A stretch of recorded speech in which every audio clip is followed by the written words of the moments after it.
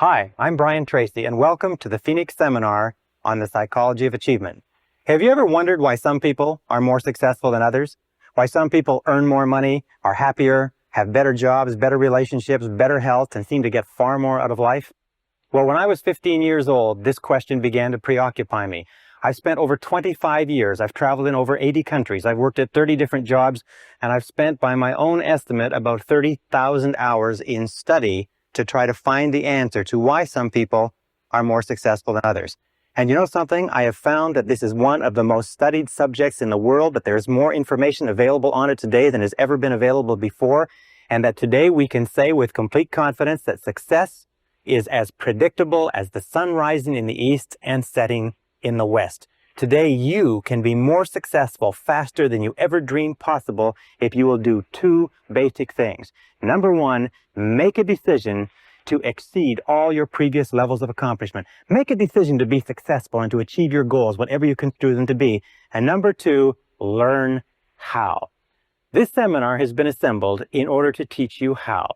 Since we put it together several years ago, over 150,000 men and women have been through this seminar in one form or another, and many of them have said it's like getting a brand new chance at life. One gentleman said to us it was like getting a blank check on the future. We're going to teach you in the next few hours some of the most important things that have ever been found, that have been discovered and rediscovered, that go back 4,000 years into history, science, religion, metaphysics, psychology, philosophy, and all esoteric fields of study have come to the conclusions that we are going to talk about in this seminar. If you will just use some of the things you learn in this seminar, it can dramatically change your results for the better. Now, in studying the subject of success, one of the things we have to do is put some preconceptions aside. One of the things that I began thinking was that in order to be successful, you had to be especially intelligent, or you had to have a great education, or you had to be terrific looking, or you had to have contacts, or you had to have luck. Do you know that these items have been examined thoroughly and there's no correlation at all between success and intelligence, education, luck, contacts, and appearance? They are helpful in some cases, but there's no direct correlation. Success is based on other things.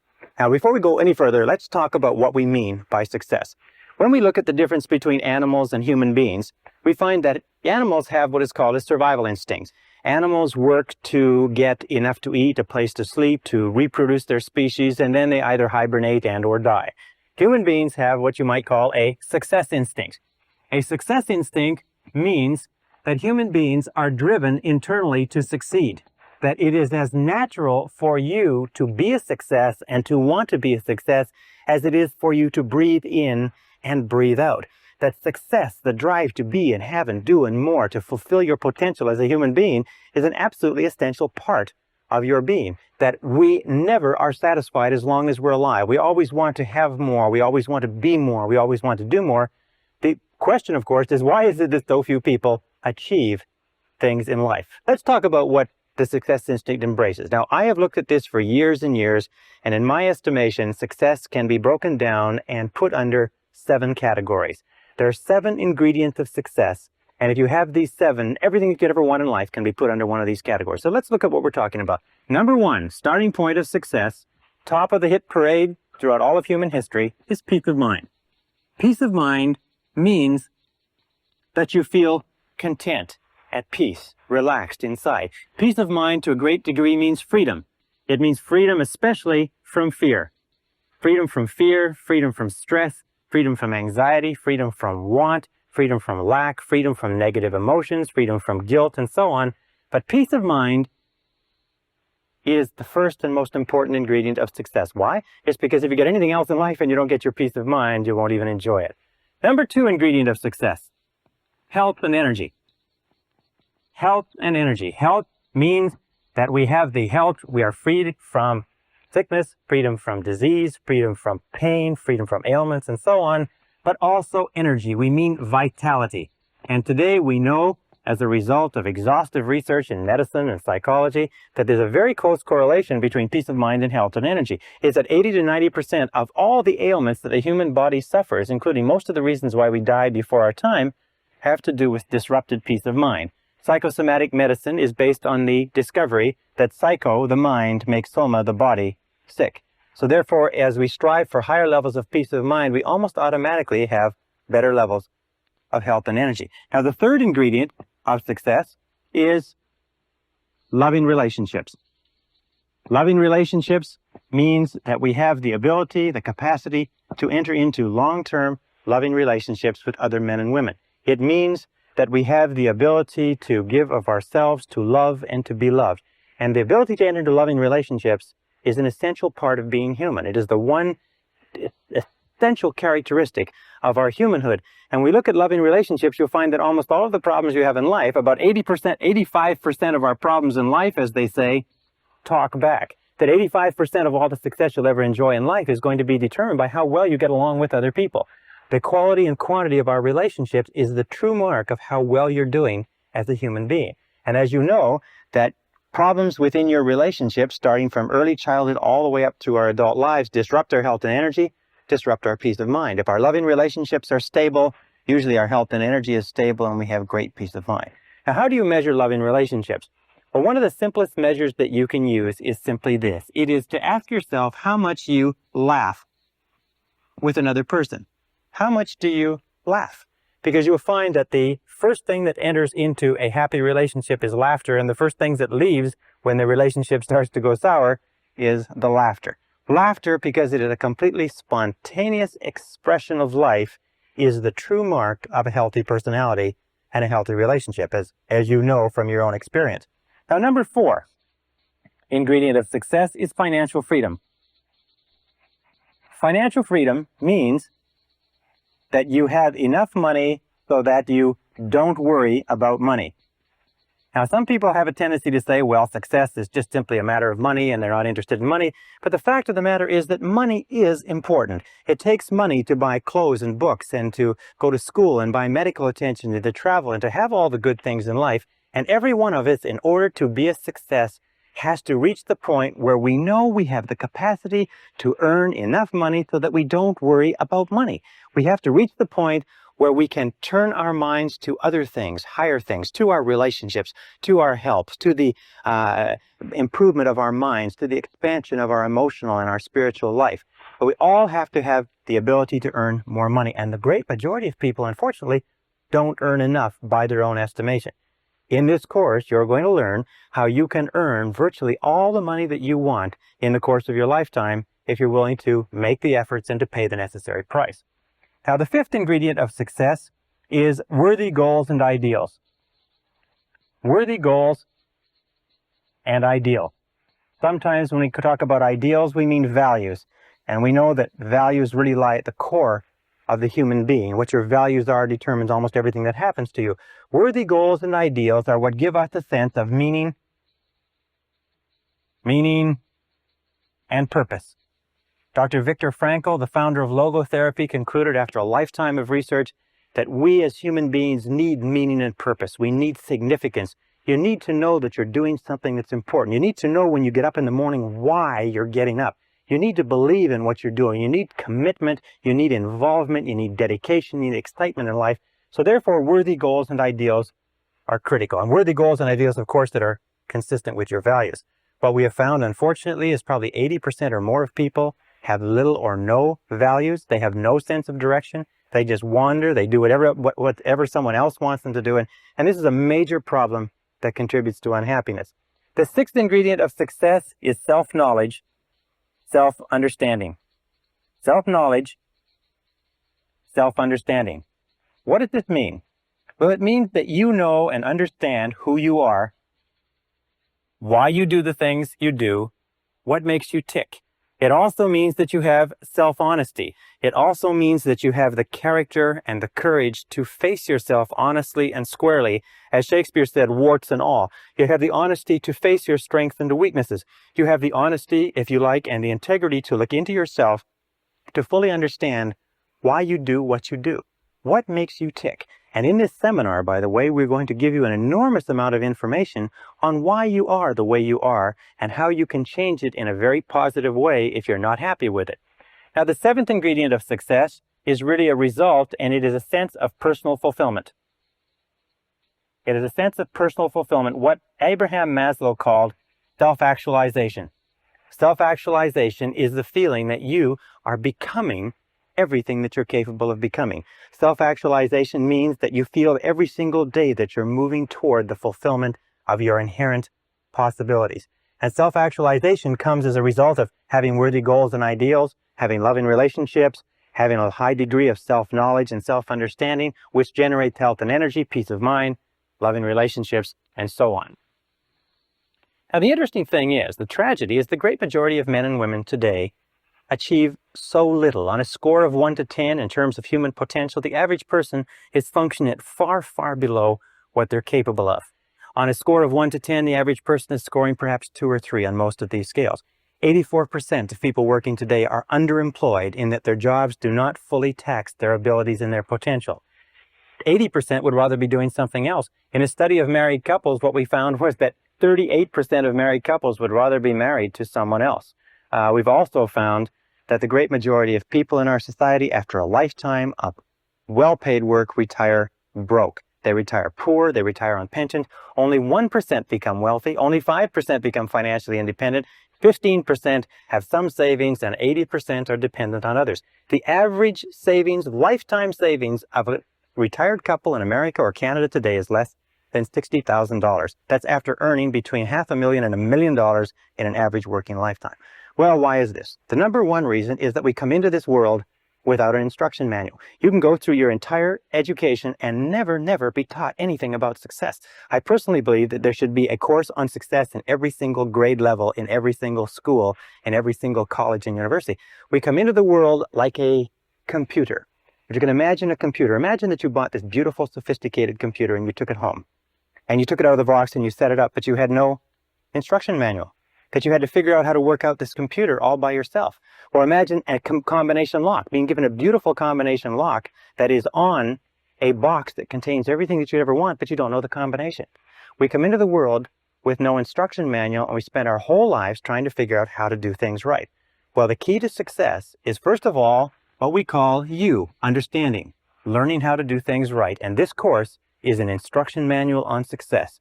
You'll be able to get more out of yourself as a result of this course that you can possibly dream of today. The second ingredient is E, which requires effort. There are many people, as you know, lifelong students who study and study and study, but they never make the necessary or the correct efforts. The middle point is the multiplication sign, and understanding multiplied times effort equals results. In this course, what we're going to do is we're going to dramatically increase your understanding. We're going to give you the tools to dramatically increase the effectiveness of your efforts, so you're doing not only things right, but you are doing the right things, and you're going to dramatically increase your results. Many people have taken this course and been able to earn more in the following year than they earned in the previous 5. Many people have taken this course and been able to make more progress in 1 or 2 years than they made in their lifetime to date. It is not unusual for a person to take this course and double or triple their income within a matter of a few weeks or a few months, simply by applying some of these principles. Now, do these principles work? These principles are the basis of all success and achievement in adult life. Every successful man or woman uses them to some degree. Every successful man or woman practices them consciously or unconsciously. What we've done is we've developed them together in this seminar program as a system, very much like a process of learning anything, that if you will take it, if you will use it, if you will apply it systematically, if you will put it into action and you'll work with it consistently for even a short period of time, you're going to start to see changes that are absolutely marvelous. It is my contention that you can be, have, or do anything that you want in life. You can grow and expand and fulfill your potential. You can earn more money. You can have greater peace of mind. You can have more health and energy. You can have better loving relationships. You can have financial security. You can have a sense of personal fulfillment. You can have a great feeling of peace inside simply by following what's in this course. So please come with me. Let's go and let's begin to explore everything that you're capable of doing. Let us look at what you may be in terms of your future.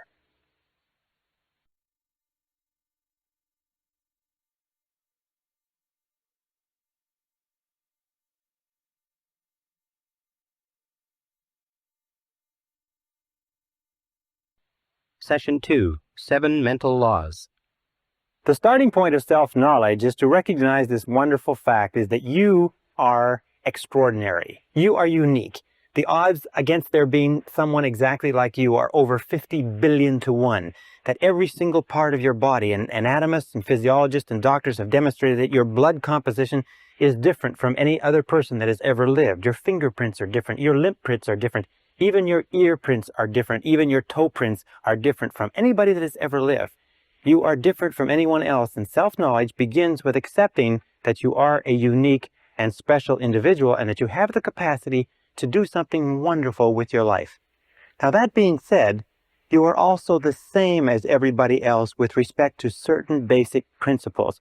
Throughout the history of mankind, the most intelligent men and women who have ever lived have sought answers to the question of the human dilemma. What can people do in order to change the quality of their lives, their relationships, and their results? The great philosophers, the great metaphysicians, the great scholars have pondered over this sometimes for their entire lifetimes. In our century, I know men and women who spent 10, 20, 30, 40, even 50 years studying success and achievement to find out what general rules and principles we can draw upon to be more successful. The first thing that we have to start with, the basis for this entire course, the psychology of achievement, is that you are a mental creature. The only thing that makes you truly unique is your mind. Everything else you have in common, as Eugene O'Neill, the playwright, said, with a horse or a pig. Your mind is what makes you unique. Your body simply carries your mind around.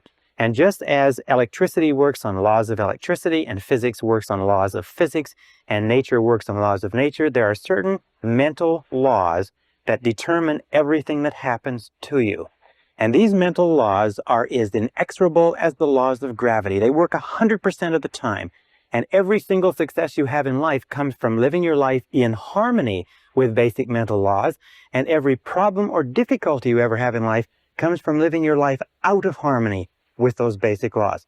Now, mental laws work 100% of the time, like gravity works 100% of the time. What it means is that if you step off a 10-story building in the city where you're living, or in London, England, or in Lima, Peru, you're going to go splat on the sidewalk, whether you know about gravity, whether you believe in gravity, whether you agree with gravity, or whether gravity is convenient for you, it's going to work on you nonetheless. The mental laws are exactly the same, and in this course I'm going to introduce you to about 20 mental laws, some of which are more important than others, but all of which it is critical for you to understand. Now let's start with the first of the mental laws.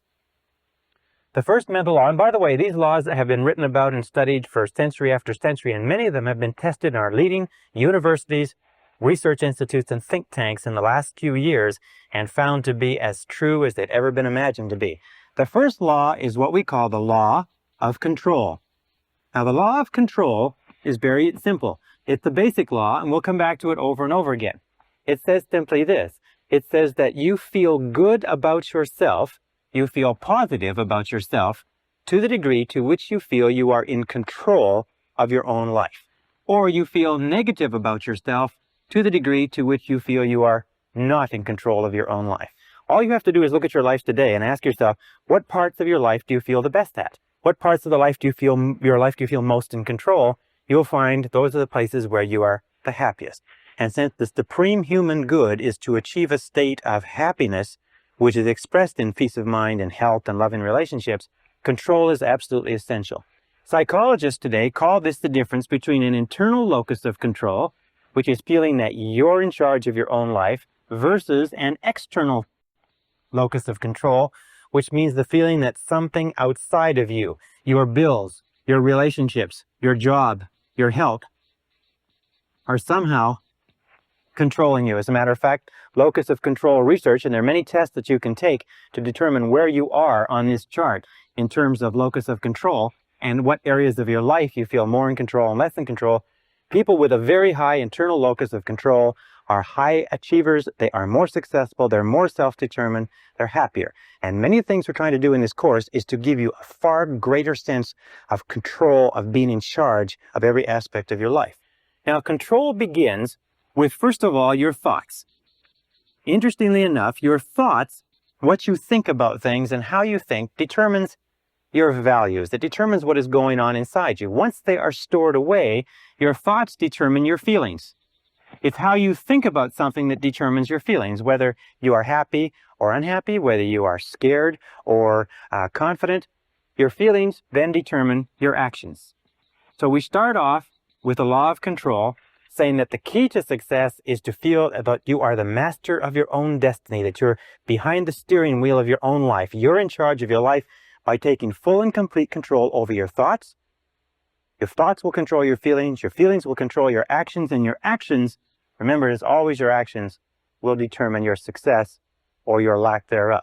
So the law of control is important. Now, as opposed to the law of control, we have what is called the law of accident. Now, the law of accident is really a metaphysical principle. It is only a law, like a traffic law or like a legal law, to the degree to which we live by it consistently. The law of accident is what about 80% of the population live by, plus or minus. The law of accident simply says that by failing to plan, you're planning to fail. Failing to plan is planning to fail. Now, the majority of people don't believe that they're living by this, but if you look at their lives, you see that that's true. Failing to plan means planning to fail. These are the sort of people that say, well, it's not what you know, it's who you know. It's being in the right place at the right time. It's luck. It's the luck of the draw, and so on. These are people who, as a result of feeling that their life is controlled by forces outside themselves, don't have clear plans, don't have clear goals, are not working persistently and consistently day by day toward accomplishing something they want, and their lives just seem to drift and go around in circle like a ship without a rudder. Now, a person, just like a ship without a rudder, a person with no central plan is a person who has very little controls. Is a person who feels that, in fact, they are out of control of their lives, like they're falling through space with no place to stop. And these people are invariably unhappy. The reason why people are negative today, the reason why people are unhappy, the reason why people are sick and frustrated, the reason why people underachieve in life is most of them are living by this law of accident. And in so doing, they have no sense of control over their lives, they have no sense of inner peace, they have no sense of happiness, and so on. So we are going to show you how to free yourself from the law of accident personally or permanently. Now, the next law is what is called the law of cause and effect. The law of cause and effect says that for every effect in your life, there is a specific cause. That everything that happens in the universe happens for a reason. That nothing happens by accident. That failure does not happen by accident and success does not happen by accident. That happiness or lack of happiness are a result of cause and effect relationships. That if you have an effect in your life that you want to have more of, more success, more money, more happiness, better health, you can trace it back to a cause. And what you do is you repeat and duplicate the cause. If you have an effect in your life that you want to have less of, if you have problems, difficulties, and so on, you can also trace that back to a cause. All progress in human life and human society stems back from identifying the causes of what we want more of or less of and changing the causes. Now, the law of cause and effect, of course, is the iron law of the universe. This is the law, if you like, that we can come back to over and over again, and many of our laws are paraphrases of the iron law. It's also called the law of sowing and reaping, that wherever you sow, that also shall you reap. But the iron law, the law of cause and effect, gives us a complete sense of control. If we believe that there's the cause and effect relationship, that everything happens for a reason, then we have a tremendous feeling of control in our lives. We can identify the causes, we can duplicate the causes, we can make our lives anything we want. The most important application of the law of cause and effect is this. It is that thoughts are causes. Thoughts are causes and conditions are effects. Thoughts are causes and conditions are simply effects. The starting point of everything is your thoughts about something. It's your thoughts about a job, your thoughts about a relationship, your thoughts about your health, your thoughts about your future. Your thoughts become causative agents. The conditions become the effects. That if you wish to change any of the conditions of your life, you have to change the thoughts that precede those conditions. You have to change what is going on in your mind. Now, wonderfully enough, there's only one thing in the whole universe over which you have complete control, and that is your thoughts. So if you take full and complete control over your thoughts and keep your thoughts on what it is you want, make them positive causes, the conditions or effects will take care of themselves with the inexorability of a law of nature. Now, the next law is what is called the law of belief. A law of belief simply says that whatever you believe with feeling, and this is the key, with feeling, and the more emotion you put into a belief, becomes your reality. It becomes your reality because you will always act in a manner consistent with your beliefs. As a matter of fact, your entire reality right now is simply an outward picturing of your most intensely held beliefs. If you believe something that is positive or believe something that is negative, or as Henry Ford said, if you believe you can do a thing or if you believe you cannot, you are right. Our beliefs do form our realities. To the degree to which we believe anything to be true, our beliefs act as sort of like a screen. They filter out any information that is inconsistent with our beliefs. We have a deep down desire inside of us to remain consistent. So we're always trying to view our world, rationalize our world, interpret our world so that it is consistent with what we have already decided to believe. We develop what is called scotomas. A scotoma is a word in psychology that simply says that we develop blind spots. We do not see opportunities if we are convinced that there are no opportunities. We do not see possibilities for success if we don't believe that success is possible for us. However, if we begin to change our beliefs, we begin to change our realities. Let me give you an example. There's a story of a young man who came from a small Midwestern town. Its true story was reported in the psychological journals a couple of years ago. He got straight A's all through junior high school and high school. At the end of the 12th grade, he wrote his Scholastic Achievement Test to go to university. A few weeks later, he got back a letter from the university saying, "You have scored 98 on the Scholastic Achievement Test and you're hereby admitted to the university for the fall semester." Well, he didn't know very much about Scholastic Achievement Tests, and he thought that the 98 was an IQ score. Now, an IQ score of 98 is slightly below average and is about 20 points below what is necessary for college-level work. He was convinced, and he just discarded his entire high school career, all the A's that he's gotten. He was convinced that he could not do college-level work, but he went off to college in the fall. After the first semester, he was failing or nearly failing in every subject. His counselor called him in and said, "What seems to be the problem? You did extremely well in high school. These courses are only 1 degree of difficulty removed from your high school courses. Are you having problems with girls? Are you having problems with drugs? Having problems adjusting? What is it?" He said, "Well, sir," he said, "I'm doing the very best I can, but you can't blame me. I've only got a 98 IQ. And the counselor had a smile in front of me. He said, "What are you talking about?" He said, "Well, in my letter of admission to the university, it said that I got a 98 on the Scholastic Achievement Test." He said, "Son, that's not an IQ." They said, "That's not an IQ. That is a percentile. What that means is that you scored equal to or higher than 98% of the students in the country who wrote that test. You're one of the brightest kids in this university." Well, this young guy went out. He checked on the Scholastic Achievement Test. He found it was true that the 98 was the percentile, not an IQ. He went back to his courses, and 2 years later, he was in the top 10 in a 30,000 student university. He was leading in all of his classes. Once he changed his reality, or he changed his beliefs about his intelligence, his reality changed automatically. Now, an important point with regard to this is that every one of us has self-limiting beliefs. Every one of us believes ourselves to be limited in some way. Every one of us believes ourselves to be limited in intelligence, creativity, money-making ability. I can't sell. I can't speak in front of audiences. We tend to think that we are not capable of being on time. We're not mechanically inclined, and so on and so forth.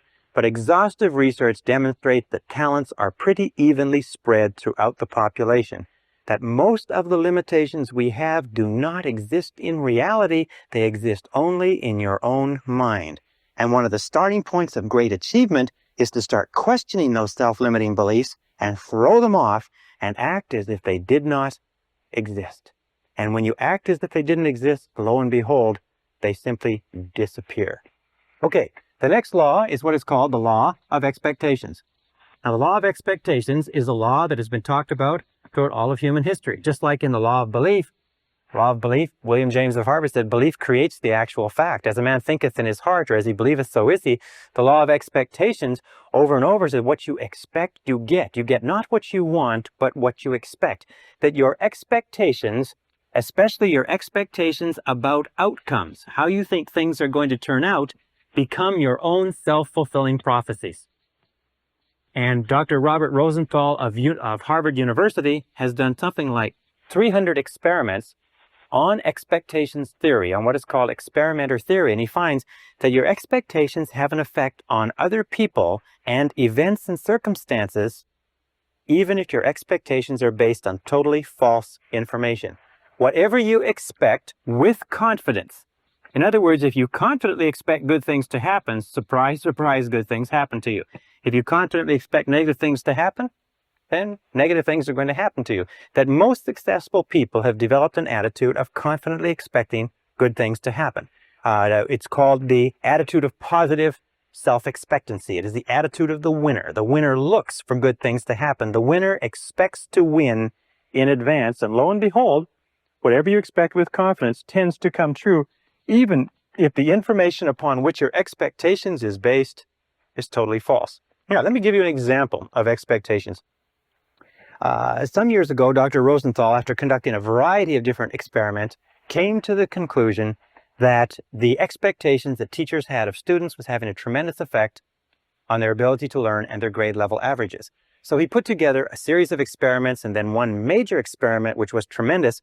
He went to the San Francisco Bay Area, and at the beginning of the school year, he had the principal call in 3 teachers. The 3 teachers were told that by the principal, as a result of teaching excellence, they had been singled out as the 3 best teachers in the school, and that they were going to be given 30 students each of the brightest students in the school identified by IQ tests at the end of the last semester. They would be able to teach these students for the entire year, and it was estimated by experts that these students would jump in scholastic achievement an average of 20 to 30% over the course of that school year.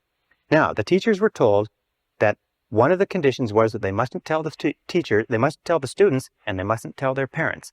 They must continue to teach the same way, and classes were carefully monitored to make sure that they taught the same way they taught before, but only they would know that they had been given 30 bright students each to teach for the whole year. The teachers were delighted. The teachers went out. They were excited about this. They worked hard with those students. They spent time after school with them. They got really, really involved in teaching more than they ever had before. And at the end of the school year, lo and behold, those 3 classes led not only the school, but the entire school district in academic accomplishment. At the end of the year, they called the 3 teachers in. They sat them down and they said, well, you've had a good year. And they said, yes, well, it was great. Those kids were so bright. They were so eager to learn. They said, well, maybe we should tell you the truth, that this was an experiment. And the fact is that the beginning of the school year, we selected the names of 90 children by lottery from the school population at large and assigned them to your class. We didn't even know what their IQs were. They said, well, that's remarkable. Well, how could it have happened that they did so well? And then they looked at each other and said, well, of course, it's because we are the 3 most excellent teachers in this school. They said, well, the other side of it was simply this, is at the beginning of the school year, we put all the teachers' names in a hat, and yours were the first 3 names that were drawn. So this is what is called a double-blind experiment. They held constant for everything but expectations. And the expectations on the teachers were explicit. We believe that you are excellent teachers. The expectations of the teachers on the students were implicit. They were never spoken. The teachers just treated those students as though they were really intelligent, and the students bloomed and blossomed. And in one of the classes, a student from beginning of the year to the end of the year jumped 25 IQ points. In a subsequent experiment, a student jumped as much as 27 IQ points, which is to prove that high expectations teachers bring out intelligence in students that is completely unheard of. Marva Collins, the famous teacher in the Chicago inner city, has found that if you treat students as though they're intelligent and talk to them and work with them as though they are really bright, they will absolutely astonish you in terms of academic accomplishment. All right, this brings us to the critical role of expectations in your life. First part of expectations in your life, number 1, and where expectations affect you. Expectations of your parents. We have found that we have a tendency as adults to try to live up to or down to the expectation of our parents all our lives. If our parents were strong and supportive and loving and kind and encouraging and really believes in us, all our lives we will strive unconsciously to live a life consistent with those expectations. If our parents were critical and condemnatory and bitched and complained and griped about our grades and so on and so forth, we will find that all of our life will have a tendency to hold ourselves back. So be alert to that. What were the expectations of your parents? Were they positive? Were they negative? Were they boosting or were they discouraging? And how much are they affecting you today? Second area of expectations is the expectations of your boss. In all of our studies, we have found, especially in the studies on excellence in organizations, we have found that high expectations, bosses have high performance work environments. Now, if you work for a boss who's negative, critical, and condemnatory, if you work for a boss that has negative expectations or a negative attitude, chances are your performance will be at the very lowest. As a matter of fact, if you look at the course of your working career, you'll find that the times of your life that you've enjoyed the most is working under a boss that has high positive expectations of you and your ability. Isn't that correct? The third area of expectations is the expectations you have of others, especially of your children, especially of your spouse or your mate, especially of your subordinates or the people who look up to you. You see, we are profoundly affected by the opinions of anybody we respect, by the attitudes toward us of anybody we respect. And if you have high positive expectations of the people around you, especially your children, they will rise to fulfill those expectations. So the basic rule with regard to this is always expect good things of other people. In word and deed, tell them continually, I believe in you. And number 4 area of expectations is the expectations you have of yourself. In the final analysis, these are the most powerful. If you have high positive expectations of yourself, you'll be astonished at what it will mean to your life. Always expect the best. Always expect the best. And here's a little exercise which I learned from one of my graduates, one of our live seminars. He found that by starting off every day with this simple little exercise and saying to himself, I believe something wonderful is going to happen to me today. I believe something wonderful is going to happen to me today. I believe something wonderful is going to happen to me today. That this little exercise changed his whole attitude, that he went through the whole day with the attitude of somebody of confident self-expectancy, that everything that happened during the course of the day, he thought, maybe this is something wonderful that's going to happen to me.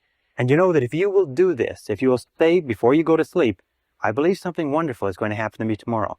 And if you'll say when you get up in the morning, I believe something wonderful is going to happen to me today. And if all day long you say, I believe something wonderful is going to happen to me, you'll find that as you go to sleep the next night, and try this today, it's a very powerful exercise. It sounds a little bit corny, but it's a very powerful exercise. If you'll try it, you'll find that when you go to sleep, you will not be able to think of all the wonderful things that happen to you. You'll just be surprised that your parking spaces will open up and friends will call and you'll get checks in the mail. Just your life will be a series of really positive, happy experiences. So always expect the best. I believe something wonderful is going to happen to me today, and by the inexorability of the law of nature, it's going to happen to you. I can assure you it's happened to thousands and thousands and thousands of our graduates. It will literally astonish you, the effect of this corny little exercise. All right, the next law is what is called the law of attraction. Now, the law of attraction simply says that you are a living magnet. You are a living magnet. And that you inevitably attract into your life the people and circumstances that are in harmony with your dominant thoughts. In the universe, we know that all of energy is in a state of vibrations, that everything is vibrating. Even this board is vibrating, your skin is vibrating, every substance is vibrating because of its molecular structure. And we also know this is a law of radiation, that everything is vibrating outward, the process of entropy. And we find that whatever you are thinking, your thoughts are also a form of energy that is vibrating and radiating out from you and that travels at the speed of light so that you can affect people and circumstances at great distances. Have you ever had an experience where you're thinking about somebody and the telephone rings and it's them? Have you ever had an experience where you phone somebody else and they say, we were just talking about you? It just leaps into your mind. Have you ever had an experience when you're in tune with your husband or wife and you think, you know, I'd like to go out to dinner at such and such a place tonight, and you call home and they will say, why don't we go out to dinner at such and such a place? These are all examples of this law of attraction. The law of attraction is considered by many to be one of the most important laws of human existence. In this, you will always attract to yourself, positive or negative, people and circumstances that harmonize with your dominant thoughts. That whatever you're thinking on a continuing basis, you're attracting into your life. You're drawing it into your life like a magnet. That's why it's so important that you keep your thoughts on what you want, keep your thoughts on what you desire, and keep your thoughts off of what you don't want. And by the way, as you advance and develop and become more proficient and more sharp with these methods, the law of attraction will work faster for you and with greater accuracy. So be careful. Use it right. The last law we'll talk about in this session is called the law of correspondence. The law of correspondence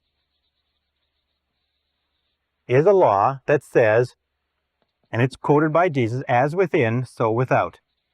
As within, so without. And what it simply means is this. It means that your outer world is a mirror. And that's probably the best word. Your outer world is a mirror, and it simply reflects back to you what is going on in your inner world. That your outer world is the result of your inner world. That what is going on within determines what is going on without. That if you want to change your outer world, you have to change your inner world. Now that means that you can look at your words, you can look at your level of health. What is going on in terms of your physical health is largely determined by what is going on in your mind. What is going on in your relationships is the most perfect example, because you'll find that when you are feeling good inside, your relationships go smoothly. When you're feeling negative or stressed inside, your relationships go poorly. Your relationships are the mirror image reflection of the quality of your own personality. You can tell how healthy your personality is by looking at the relationships around you.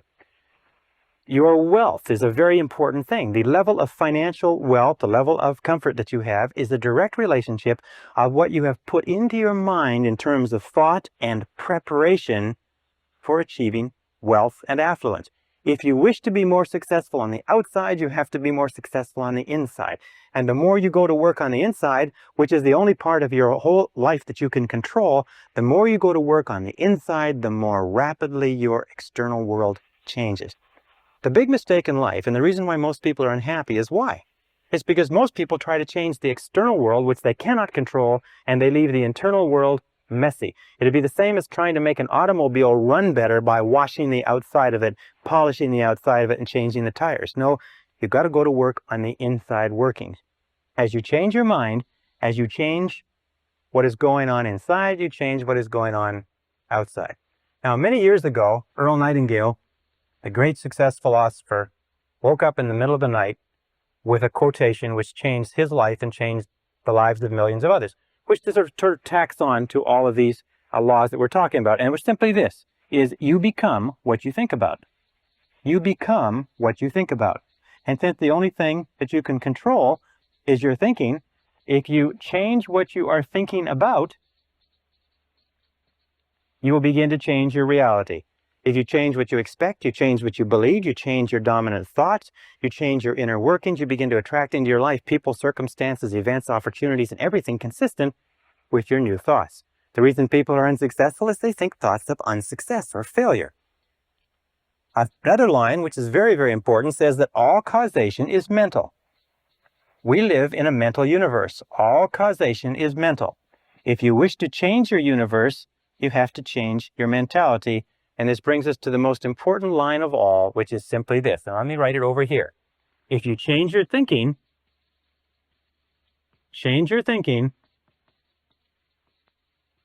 and you change your life.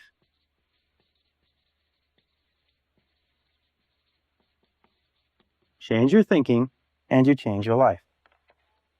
Now, over the course of years, you have accumulated and gathered an enormous amount of information. You've accumulated and gathered an enormous number of experiences, some of them positive, some of them negative. Every single one of them is stored away. Every single one of them is having an effect on what is happening to you right now. In the New Testament, Jesus had a beautiful line, which I refer to and I think about all the time. He said, "By their fruits ye shall know them."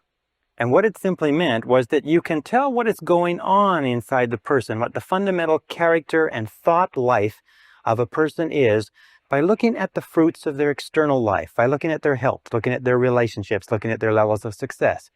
If you change your thinking, you change your life. And as we proceed through this course, we're going to show you systematically how you can change your thinking and bring it into perfect correlation inside with the type of successful, happy, dynamic, vital, living, successful life that you desire on the outside.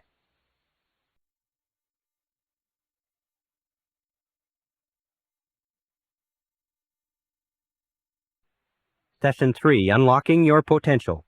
When we talk about human potential, have you ever wondered what accounts for the huge disparity in results and performance between one person and another? You know, a person who's making $250,000 a year is not 10 times smarter or better than a person who's making $25,000 a year. Why is there 10 times the difference in income? And you go all the way up the ladder, a person who's making $2.5 million a year, is that person 100 times better, smarter than the person making $25,000 a year? Impossible. In a recent study of IQs, they picked 1,000 men and women out of the population and tested them for IQ. they found that the top person in that 1,000 selection was only 2.5 times smarter than the bottom person in that selection of IQs. Only 2.5 times the disparity, and that's probably true over the whole population. So what accounts for this great difference? Well, we talk about human potential. We come down to a very simple formula that I came up with some years ago that probably explains it a little bit.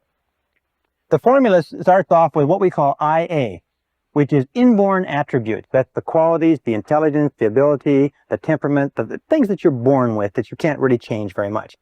Plus acquired attributes. Now, acquired attributes are very important. Those are your education, your training, your skill, your experience, knowledge, wisdom, and so on. Multiplied times A, which is your attitude, equals individual human potential, or individual human performance, or individual human results, if you like. Now, of these three, inborn attributes are largely fixed at birth. Acquired attributes can be changed, but it takes a while to change them, although sometimes they can be changed very rapidly. One valuable piece of information can dramatically change your effectiveness. But attitudes can be increased or decreased dramatically in seconds. That every single time we improve our attitude, we multiply all our capabilities.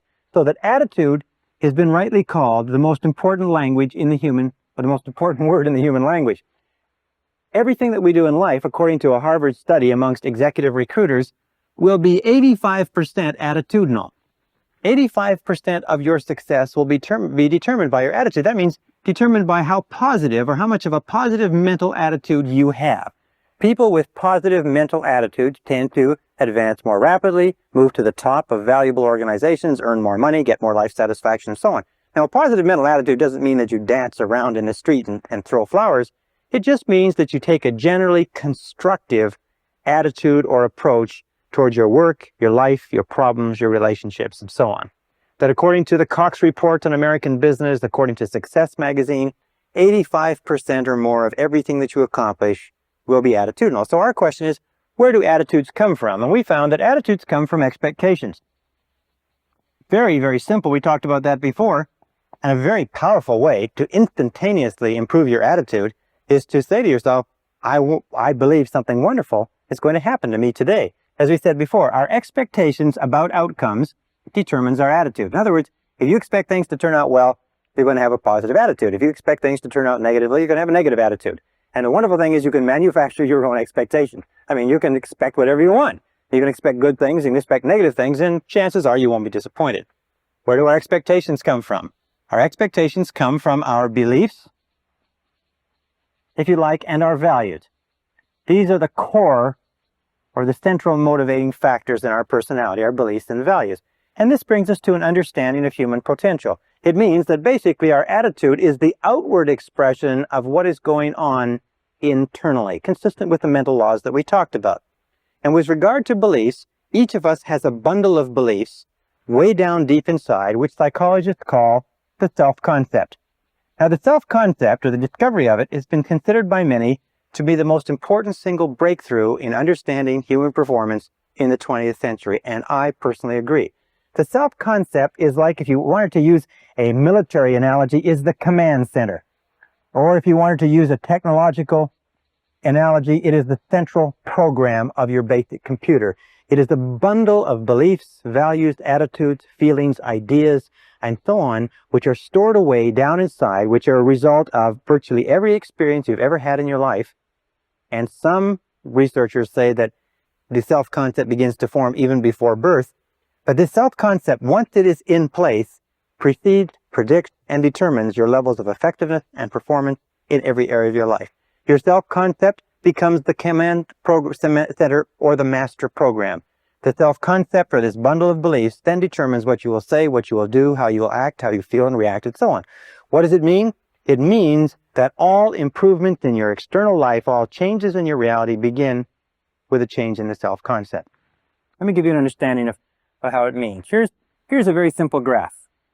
We talk about human potential. We say the average person uses 10% or less of their potential. According to the research, it's probably much less. Stanford Brain Institute in Santa Clara, California, estimates that it's probably closer to 2%. But we'll be generous. We'll say the average person is using 10%. It means that in the best of cases, the average person, you and I, have 90% of our potential untapped. One of the great philosophers, Oliver Wendell Holmes, said the great tragedy of the average person is that they go to their grave with their music still in them. They're still functioning on far, far less of their potential. So this is human potential. We find is a direct relationship between human potential and the self-concept. That since our self-concepts, or our estimates of ourselves, if you like, are usually far lower than they need to be, our level of performance and effectiveness is far lower too. And we know that our self-concept is largely subjective. What does that mean? It means that the self-concept, what we believe to be true about ourselves, is really not based in reality. It's based on information that we've taken in, we accept it as true, and to the degree to which you believe anything about yourself, it becomes true for you because you act in a manner consistent with it. Do you know there's some people who read their horoscopes and believe that their horoscopes are predicting their future. There's some people who will take criticism and condemnation from other people that they don't even respect and believe that that is an adequate or accurate reflection of their own abilities. But whatever you believe, whatever you accept as true, becomes true for you. Now, we also know that as an adult, you have a variety of self-concepts. You have a self-concept for how you dress, how much you weigh, how much you eat, how well you speak in public, what kind of a parent you are, what kind of a child you are to your parents, what kind of a husband or wife you are, what kind of a lover, what kind of a driver. Interesting about driving, all men have a very positive self-concept with regard to driving. Women don't understand this, but all men are born with an inherent genius at driving. That men are all great drivers. And if you don't believe it, all you have to do, ladies who are watching this, all you have to do is think about the last time you tried to correct a man's driving. You'll find that it is not well responded to. How do we respond when somebody challenges our self-concept by suggesting that we are not the person we think we are? We become defensive, we become angry, we become irritable, we become difficult to get along with. We have a self-concept for how creative we are, how intelligent, how fast we read, how good we are at athletics. And if you practice a variety of different sports, you have a self-concept for every one of those sports. We have a self-concept for how well we cook, how well we raise our children, how well we clean our home, what kind of cars we drive, and so on. We also have a self-concept for what it's worth, for how much money we earn. Interestingly enough, you can never earn more than 10% above or below your self-concept level of income. That your self-concept determines your income level. This self-concept level is called your comfort zone. And even if you want more money, you will find that the natural human tendency of all action is to struggle and strive to get into a comfort zone and then to stay there. That if you earn 10% or more above your self-concept level of income, you will have an irresistible urge to get rid of the money. You'll give it away, you'll spend it, you'll blow it, you'll spend it extravagantly, you'll even lose it if you get enough. That's why people who win lotteries are often flat broke 2 or 3 years later. They just burn the money because the money is far beyond their self-concept. If you go 10% or more below your self-concept level of income, you find yourself scrambling. You work harder, you work longer, you think more creatively, you look at different ways to increase your income or second income opportunity. The only way to improve any part of your life, including your income, is to raise your self-concept level of income by beginning to think about yourself continually in terms of earning more money. If you want to lose weight, the only way you can lose weight is what? Is to think thin, by beginning to think of yourself as a thinner person. If you want to become a more popular, a more loving, a happier person, a healthier person, you have to begin to think over and over about those things until they become part of your new self-concept. And we'll talk about that a little bit later. It's an essential part of programming your mind for success. Your overall self-concept is determined by the average of your self-concepts in all the areas that you consider important. Now, your self-concept is made up of 3 critical parts. The first part of the self-concept is the self-ideal. The self-ideal is the person you would most like to be. It is your idea of what constitutes a winner. It is your vision or your mission or your ideal of the very best you that you can be. Now, one of the things that we know about successful people is this, is successful people have very clear self-ideals. They have very clear ideas of who they want to be in the future. Unsuccessful people have very vague ideals. Number 2 is your self-image. Your self-image is a picture of the way you see yourself and the way you think about yourself. Your self-image, the inner mirror, is how you perceive yourself now and determine your current performance on a day-to-day basis. The third part is your self-esteem. Now, your self-esteem is how you feel about yourself. How you feel about yourself is the engine force, it's the motor, it's the power force within your subconscious. It's the power force within the self-concept, and it determines virtually everything that happens to you. The best definition of self-esteem is how much you like yourself. how much you like yourself as a parent, how much you like yourself as an employee, how much you like yourself as a boss, how much you like yourself as a money earner, a professional speaker, an athlete, and so on. How much you like yourself, your level of self-esteem, your overall emotional feeling about any area of your life determines your performance and effectiveness in that area. Wonderfully enough, since you become what you think about, your self-concept is malleable, your self-esteem can be built by repeating over and over again, I like myself. I like myself. I like myself. I like myself. I like myself. I like myself. The more you say, I like myself, I like myself, I like myself, the more you repeat that over and over again, the more your self-esteem goes up. The more your self-esteem goes up, the more your overall self-concept goes up. When your overall self-concept goes up, you perform better at everything else that you attempt. That every single time you say, I like myself, I like myself, I like myself, I like myself, I like myself, it's like pumping yourself up psychologically. Everything that happens that causes your self-esteem to go up causes you to perform better. Everything that happens that causes your self-esteem to go down causes you to perform worse, make more mistakes, be unhappier, and so on. Now, a critical point about liking yourself, about self-esteem and self-liking, is that number one is you can never like or love anybody else more than you like or love yourself. That your level of self-esteem is the determinant of the quality of the relationships you have with others. And number two is you can never expect anybody else to like or respect you more than you like or respect yourself. That how much you like and respect yourself determines their attitudes toward you. Every single school of psychology today is coming to agreement on the fact that how much you genuinely like and accept yourself as a valuable and worthwhile human being has an effect on everything that happens to you. How much you like yourself. And what you can do is you can improve your self-esteem, but then I like myself, I like myself, I like myself, I like myself, I like myself. Well, this brings us to the question of where does self-esteem, where does the self-concept come from?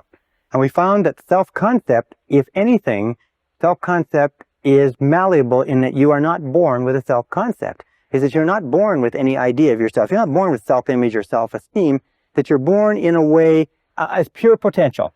It's probably the best way to put it. The average person comes into the world as pure potential and has no self-concept. That everything you are today, every feeling that you have, every attitude or value, you had to learn over the course of your lifetime. We also know that the child comes into the world with a very high need for love and touching. And a tremendous amount of research indicates that we need a lot of love and touching all of our lives, but especially in our formative years, because as a child, we learn who we are, how valuable we are, whether we're important, intelligent, attractive, lovable, funny. We learn all of these things by the way our parents treat us. If our parents, our siblings, our aunts and uncles, but especially our parents, treat us like we're really important kids, then we grow up thinking that we're really important. If our parents do not, then something else happens. We know that the first few years of life are the most important in developing the self-concept.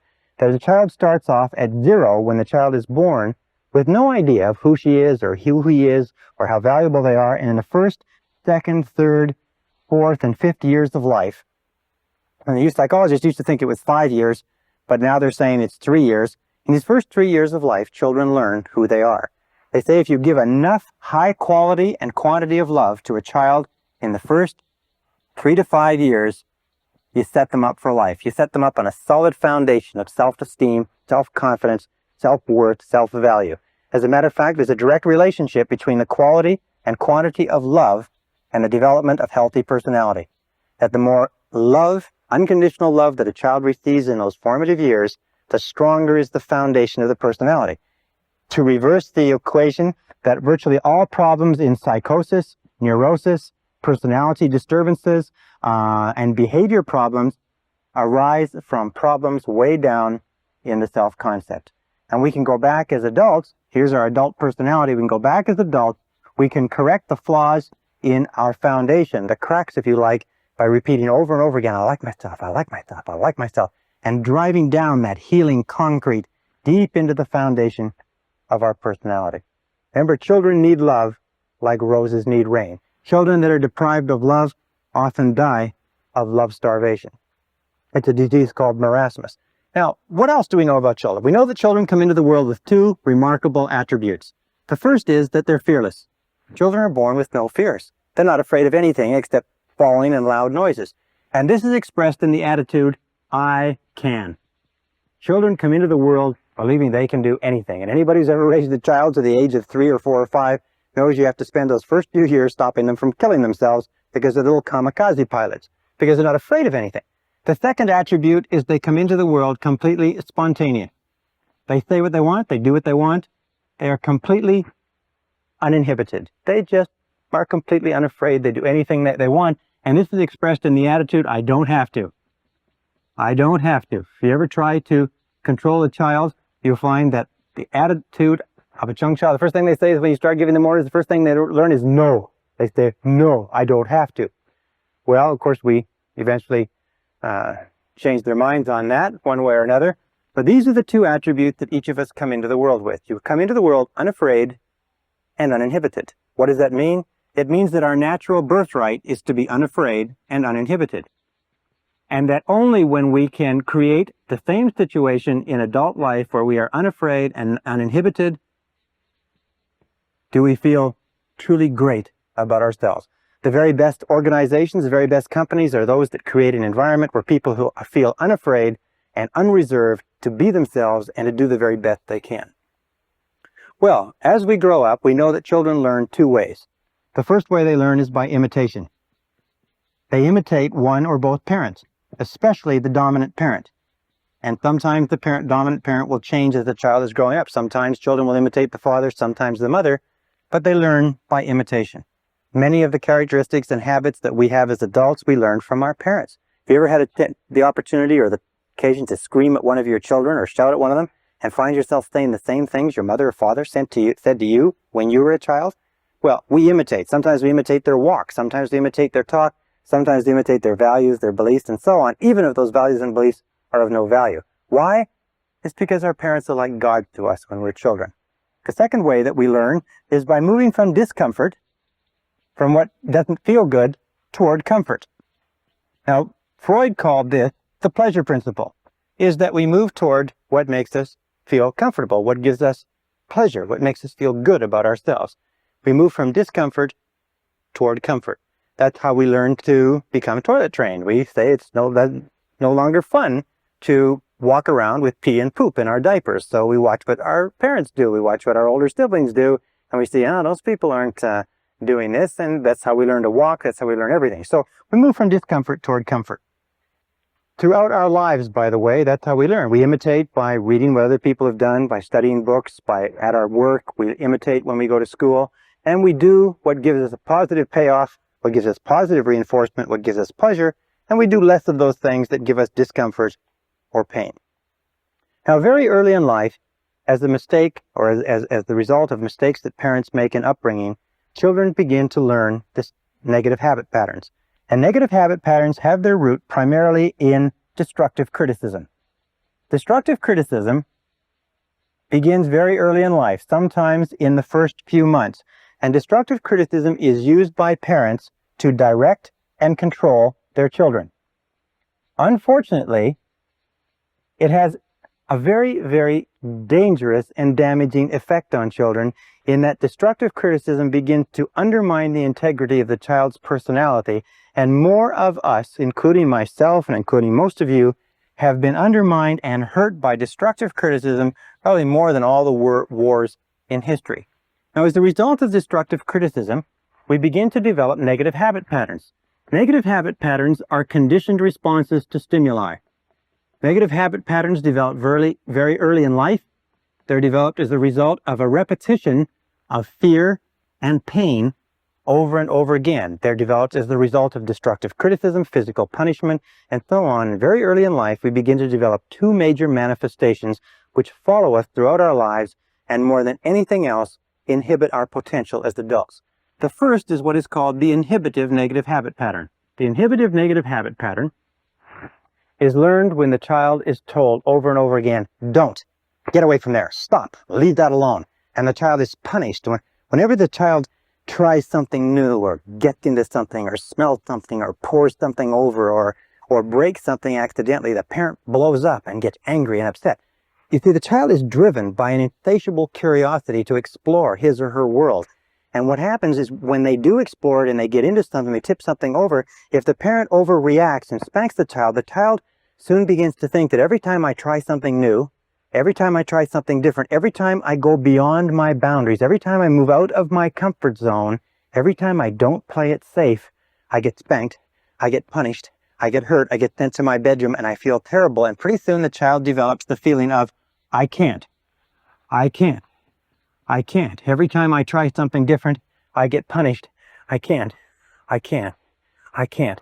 This is like the Pavlovian response, where the Pavlov would ring the bell and feed the dog meat, and the dog would salivate, and Pavlov would ring the bell while he fed the dog meat, and the dog would salivate. They would keep doing that. Pretty soon, Pavlov could just ring the bell and the dog would salivate. What happens in adult life is that this creates what we call the fear of failure. The fear of failure is a conditioned response to a process of destructive criticism that occurs in the first 5 or 6 years of life. The fear of failure automatically triggers us. We feel anxious, tense, uneasy. We feel tension and stress in our solar plexus. We feel like withdrawing and getting away from the event. And the fear of failure is the major reason for failure in adult life. It's the major reason why we hold back from fulfilling our potentials. As a matter of fact, all negative habit patterns are experienced in the physical body. That you can tell a negative habit pattern because you actually feel it in your physical body. The inhibitive negative habit pattern, the fear of failure, the I can't, is experienced first of all in the solar plexus. You ever have an occasion where you have to speak in front of a group, or you have to go into a performance review, or you have to make a cold call? First of all, the solar plexus tightens up. If the fear situation continues, you start to breathe harder, and your heart starts to beat faster. Your respiratory rate, and sometimes you get a headache, like a migraine headache in the front of your head. Sometimes your throat will tighten up and you won't be able to speak. You'll go completely dry. Sometimes you'll get so tense and so frightened that you'll have to run and go to the bathroom. These are all manifestations. There's no physical danger, but there's a psychological danger, a conditioned response. And whenever we feel these things, the natural tendency is to back away from the situation that's causing them, which is the reason why we don't achieve very much if we are held back. The second negative habit pattern is the compulsive. Now, the compulsive negative habit pattern is learned when children are told over and over again, you better or else. If you don't, you're in big trouble. Now you're going to get it. It's when children are made the recipients of what is called conditional love.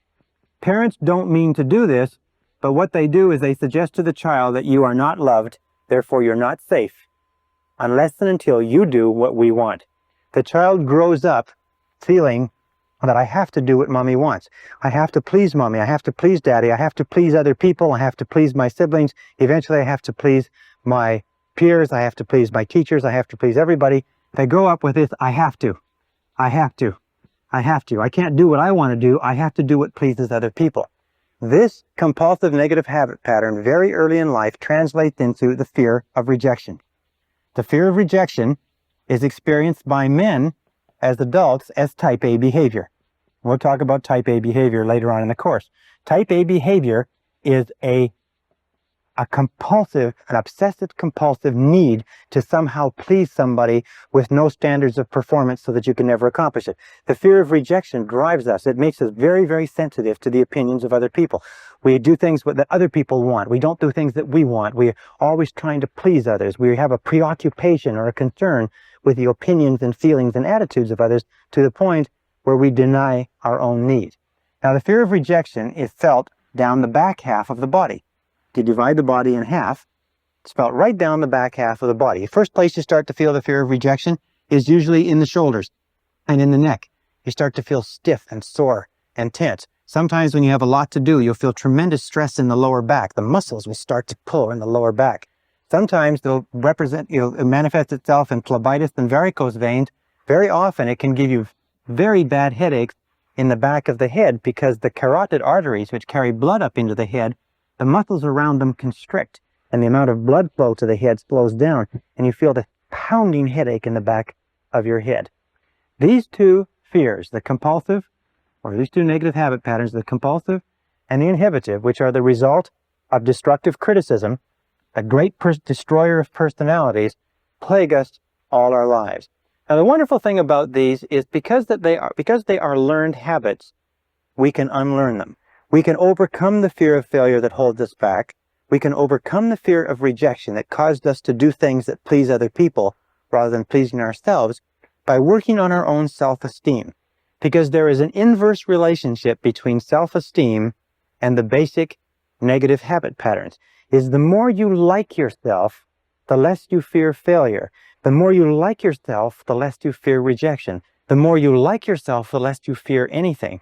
And if you continue to repeat, I like myself, I like myself, I like myself over and over again, if you continue to say this, eventually, over time, your self-esteem goes up higher and higher and higher, and your fears go down. As your self-esteem goes up, your fears go in the opposite direction. Now, how do you deal with destructive criticism if you have to give criticism to other people? Well, that's very simple. Many parents have asked us that. How do you control children? One of the keys to controlling children is to redirect them so that they're doing something constructive versus something that is destructive. Another thing to remember is that what you want to do is you want to give informational criticism or constructive criticism, which means that you tell children what they can do, or adults, what they can do to be better. Remember, the whole purpose of giving feedback of any kind is what? It's to improve performance. If you are a parent, or if you are a boss, or if you are a person in a relationship, if a person is doing something wrong or inappropriate, the whole purpose in giving them any kind of feedback at all is so that they'll do it better next time. However, there's a direct relationship between self-esteem and destructive criticism. Every time you criticize a person, their self-esteem goes down. Every time their self-esteem goes down, their ability to perform goes down too. If you destructively criticize a person often enough, long enough, and hard enough, they reach the point where they won't try anything at all. They become what we call hypersensitive. And a hypersensitive adult is a person who cannot take criticism from anybody. A hypersensitive adult is the person who is very, very tense and anxious if you even suggest that they're not doing the right thing. If you have to deal with a hypersensitive adult, the key is to sit them down and remember 4 things. Number 1, always begin with praise. Number 2 is protect the person's self-esteem at all costs. Number 3 is discuss the performance, not the person. Talk about the behavior rather than the person. And number 4 is it number 4? Number 4 is to focus on the future versus the past. Focus on what is going to be done differently in the future rather than what has happened in the past. Why is that? A very simple reason is because a person cannot control the past. Not being able to control the past, any criticism over what they've done in the past causes them tremendous stress and frustration. So let me summarize. The key to success in life is a positive mental attitude. A positive mental attitude is based on expectations of success, of a positive set of expectancies.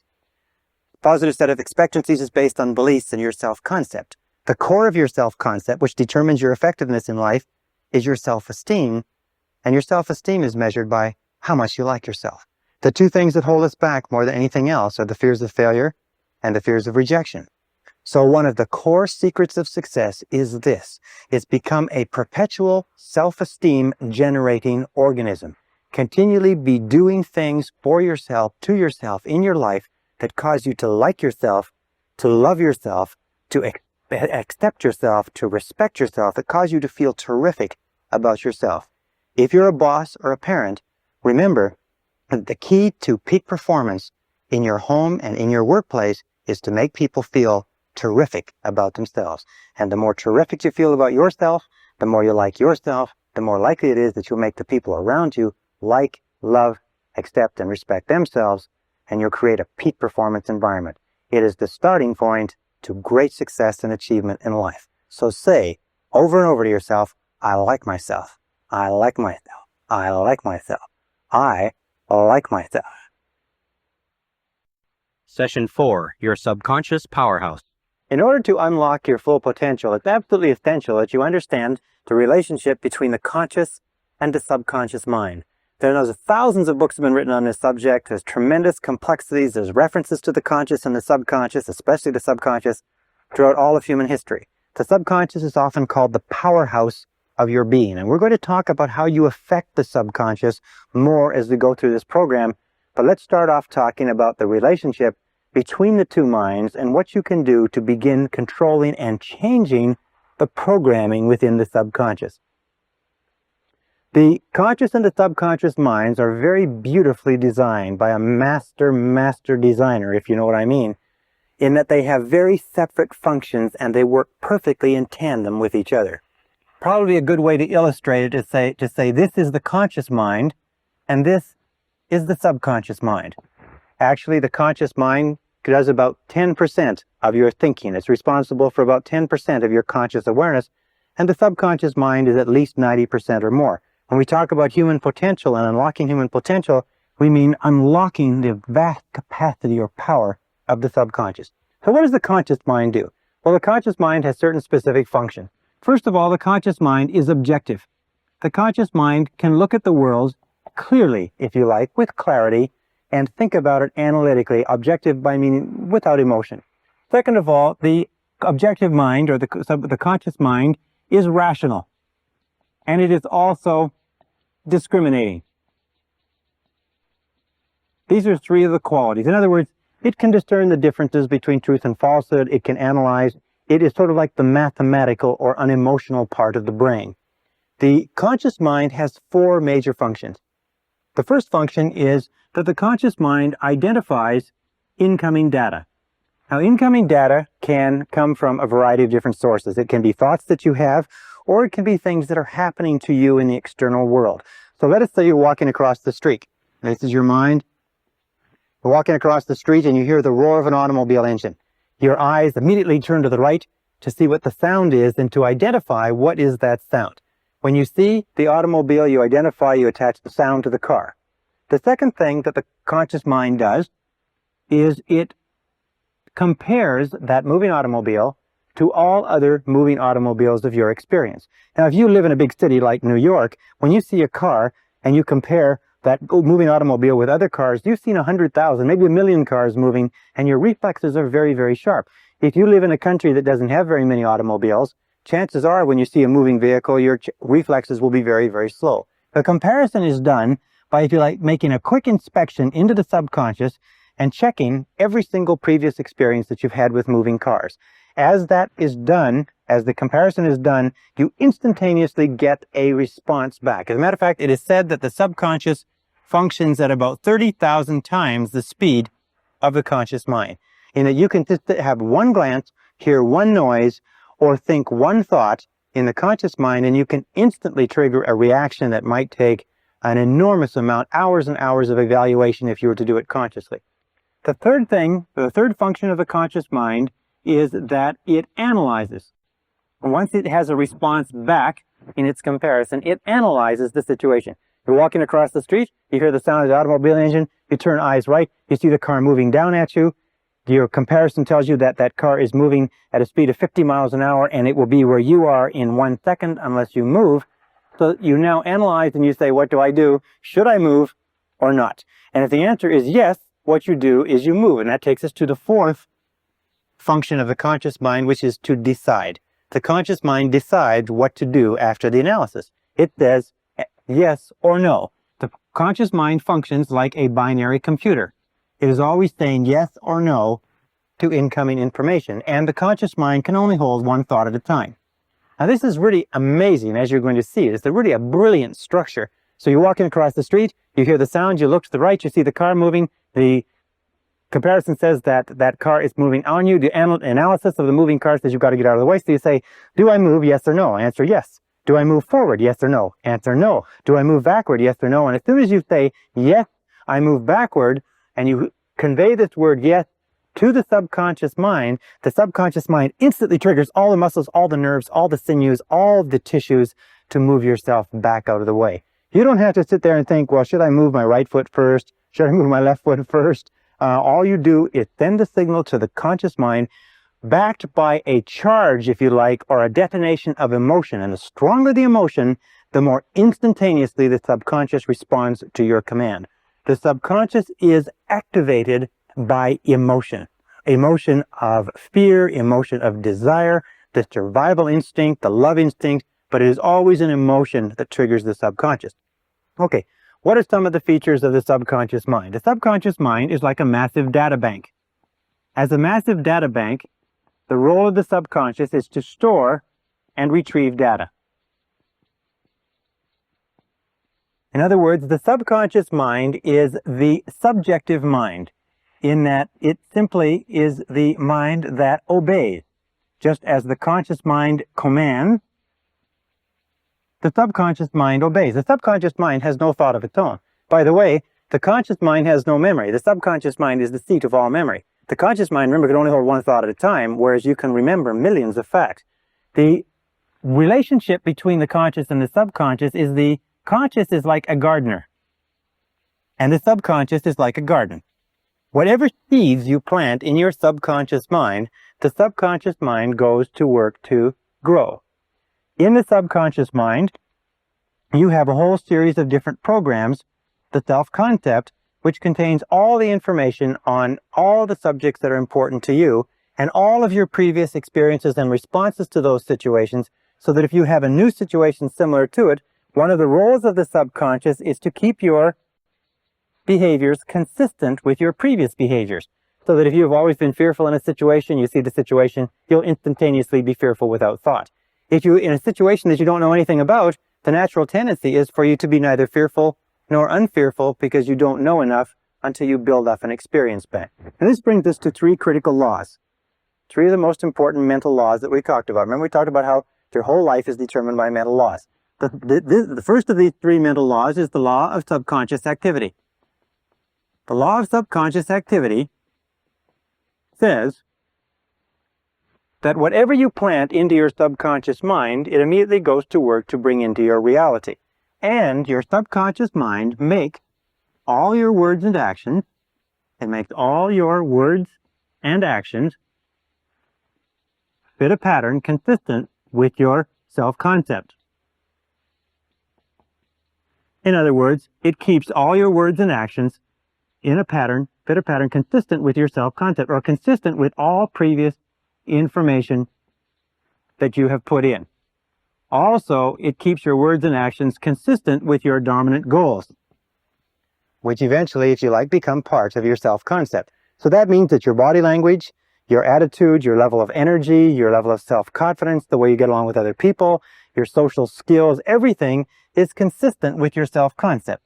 The subconscious, simply without you thinking about it at all, keeps everything consistent with it. So when you feel really good, when your self-concept is positive, you have a bounce in your step. Your body language is confident, it's courageous, it's outgoing, and so on. And when you feel negative, your self-concept is negative, and you will act in the same manner. Which brings us to our second law. The second law is the law of concentration. Actually, this is the ninth law that we've talked about since we began. The law of concentration is very, very, very important. It's so important, as a matter of fact, each of these laws is so important in their place as to be enough in themselves to control your destiny. The law of concentration simply says this. It says that whatever you dwell upon grows. Whatever you dwell upon grows. Whatever you think about over and over again grows in your reality. It's very simple. I used to do a course on creative thinking, and the way that you explain it is you imagine that this is the total mental capacity that you have. And when you send a thought into this, it takes up this amount of space, and all the rest of the mental capacity is used to, this is your thoughts, is used to think about all of the other things in your mind. But the more you think, from the conscious down to the subconscious, the more of your mental capacity is committed to thinking about this one idea, until you reach a point where if you dwell upon something consistently, you reach a point where you think of nothing else. And as you think of nothing else, you begin to set up this vibratory field. The subconscious mind is the core of the law of attraction and the law of vibration and the law of radiation. You begin to set up this vibratory field that sends out thought energy from you consistent with what you are thinking about, and draws back into your life people and circumstances in harmony with those thoughts. So you just have to look around you and you have to say, what are you thinking about all the time? What are you dwelling on all the time? And the basic rule with regard to the law of concentration is to dwell upon, think about what you want to happen, not about what you fear. And this brings us to the third law in this series, and that is the law of substitution. Now, the law of substitution, I've had many of my graduates tell me this has been the most important law they've ever learned. It's a very simple law, and it's based on a fact that the conscious mind can only hold one thought at a time, positive or negative. If you want to get rid of a negative thought, the mind is not like a vacuum. It doesn't stay empty. If you want to get rid of a negative thought, you have to knock it out, if you like, with a positive thought is that you can replace one thought with another. You can replace one thought with another. And if you do that consistently, and if you replace any negative thought, any fear thought, any anxiety thought, any self-limiting thought, any negative expectations, anything that's holding you back, any fear of failure, lack, poverty, rejection, loss, or anything else, if you replace it with a desire thought, and this is the key, fear versus desire. If you keep your mind on what you want and keep it off of what you don't want, as you dwell on your desire, your fears diminish and get smaller. As you think about what you want, eventually, because of the law of substitution, you have less and less time, less and less emotion to think about what you don't want. Why is it that people are successful? It's simply this. In the Bible it says, to them that hath shall more be given, and from him who hath not, even that which he hath shall be taken away. What it means is simply this: the rich get richer, the poor get poorer. Why? It's because the rich think about wealth and affluence all the time. And what do the poor think about? The poor think about lack, loss, and limitation, risk, danger, fear, failure all the time. So if you want to unlock your potential, if you want to go straight to the stars, you have to use the law of substitution to keep your mind on what you want. Use the law of concentration to dwell continually on the results you desire.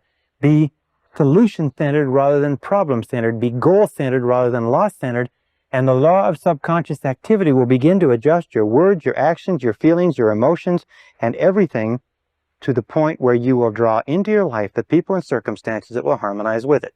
And what's the most powerful thing you can do? It's very simply this, is success begins with taking purposeful, systematic control of the content of your conscious mind.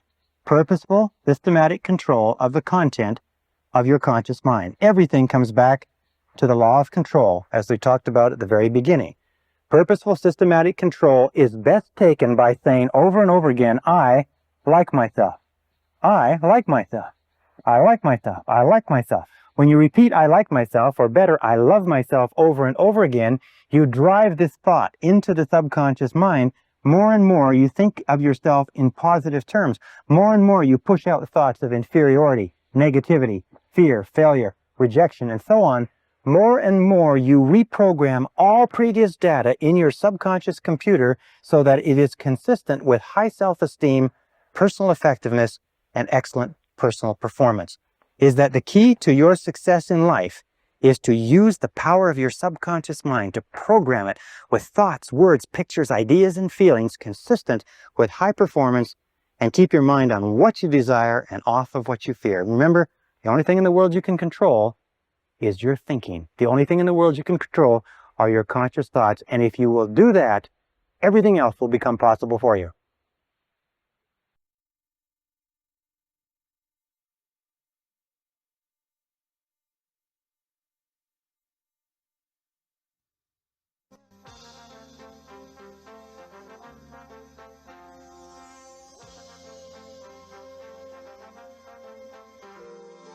Brian Tracy presenta el curso Phoenix sobre la psicología del conocimiento.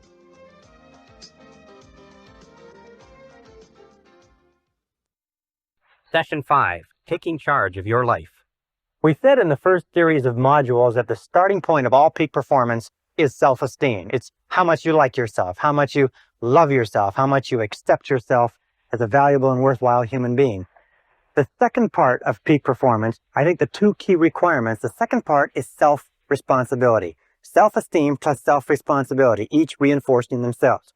And what self-responsibility says simply is that you are the architect of your own destiny, that you are the master of your own fate, that you are totally self-responsible, that everything that you are or ever will be is up to you and you alone. Now you can believe in a higher power, as I do, and you can say that the higher power is responsible, but God helps those who help themselves. And for this earthly life, you're in charge of your life. You're in charge of what happens to you. If you don't like the way things are going, it's up to you to change it. But there's no way that you can ever give away responsibility. And this whole subject of responsibility is one that is very controversial. And as you will see as we talk this session, it's one that you have to understand with crystal clarity if you want to achieve your full potential as a human being. Now, we go over here. One of the things that we know is we start off as infants, if you like, when we're born. I'll just write I for infant. We start off as infants, and as we grow to become adults at the age of 18 years, we start off with zero responsibility.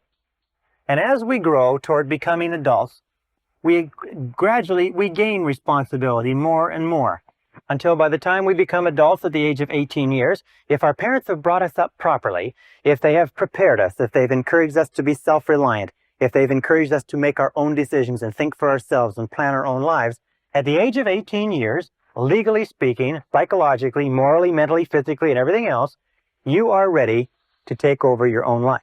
Now, if your parents have not prepared you as an adult for total responsibility, it doesn't matter. At the age of 18, and from 18 onward, you are 100% responsible. For the rest of your life, you can never absolve yourself of responsibility. For the rest of your life, everything that happens to you is up to you, totally and without forgiveness. The slogan of the truly responsible person is, if it's to be, it's up to me. Which means, as Henry Ford said, never complain, never explain. Never complain, never explain. What that means is if you don't like the way things are, then it's up to you to change them. And if you're not willing to take steps to change them, then don't complain about them. Just simply accept them. Men who are men and women who are women don't complain about the difficulties of life. They just accept them as the difficulties of life, and they either do something about them or they don't say anything. So if it's to be, it's up to me. If it's to be, it's up to you. This is one of the hardest things to understand, because when we're children, at this stage, we're totally dependent. And being totally dependent, we develop, if you like, a habit pattern or a conditioned response, and we look for the reason that things happen outside of ourselves. As we become adults, if we're not careful, we will still retain this dependency, and we will long for what is called the pseudo-security of childhood. That time in childhood when someone took care of us. That time in childhood when we were fed and clothed and our home was taken care of and our school and everything. We didn't have to worry about a thing because they took care of it. As we grow up, we go off to school, and the people at school, they take care of things. And if we're not careful, we get into the work world, and then again, it's they. It's always someone else outside of ourselves who is ultimately responsible for ourselves. One of the things which I'll talk about later is the whole idea of self-development. Most people, because they've been taken all their education in the public school system, think that it's up to them when they're adults to continue their education. If nobody comes along to continue it, they just simply don't do it. Now, there's another point, and that's the difference between maturity and immaturity. And here's a very simple example. Imagine that this is the course of life, again, from infancy to adulthood. And everybody reaches the stage, sooner or later, where they come to this great cliff and this great canyon. And this is the side of immaturity. This is the side of childhood. This is the side where we are dependent upon others and where we look to others for our answers and our solutions. We look outside of ourselves. At this point, we come to the edge of this canyon. At the edge of this canyon, we look across into the land of maturity, the land of adulthood. And each one of us has to make a decision to jump in one great leap from being a child to being an adult. Now, sometimes this is forced on us. Sometimes it happens in an evolutionary way. But sooner or later, we have to make the decision to accept the fact that we're in charge of our own lives, we're the architects of our own destiny, and then get on with it. What do most people do? Unfortunately, what most people do is they turn back at this point.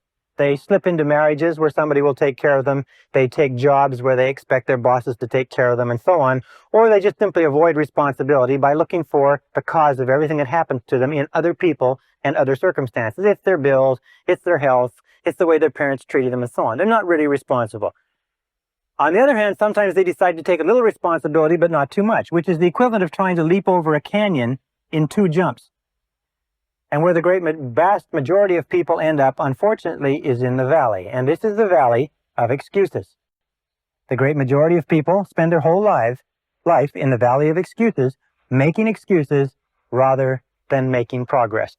There's an old saying that says the disease of excusitis, which is the habit of making excuses to excuse away our failures and our inadequacies, is fatal to success. the habit of making excuses is fatal to your success. So the question you have to ask yourself when we talk about responsibility is, what excuses do you use not to move ahead? There was a very famous story by Tolstoy, where Tolstoy and his brothers would play, and they had a game.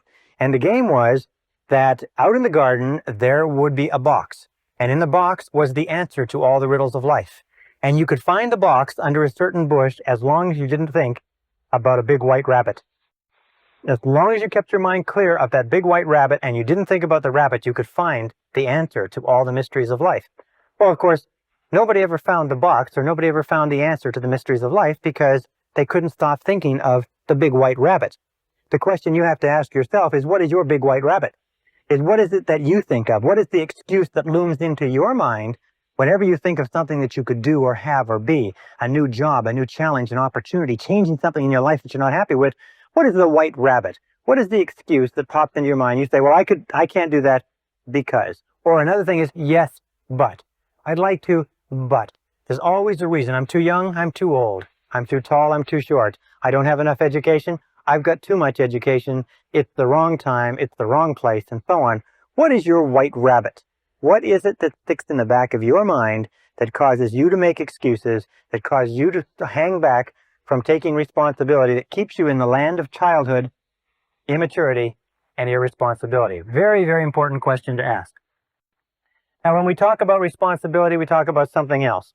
It's simply this, is that the acceptance of responsibility is not optional. Many of us like to think that, well, I'll take a little responsibility here, I'll take a little responsibility there. No, the acceptance of responsibility is not optional. From the time you become 18 years old, you are 100% responsible. You have no choice in the matter. As a matter of fact, there are very few things in life over which you have no choice, but you have no choice in this. It is mandatory. It is mandatory if you wish to fulfill your potential, if you wish to become everything you're capable of becoming, you must take full responsibility for bringing about the circumstances, for making the changes, for making the hard decisions necessary.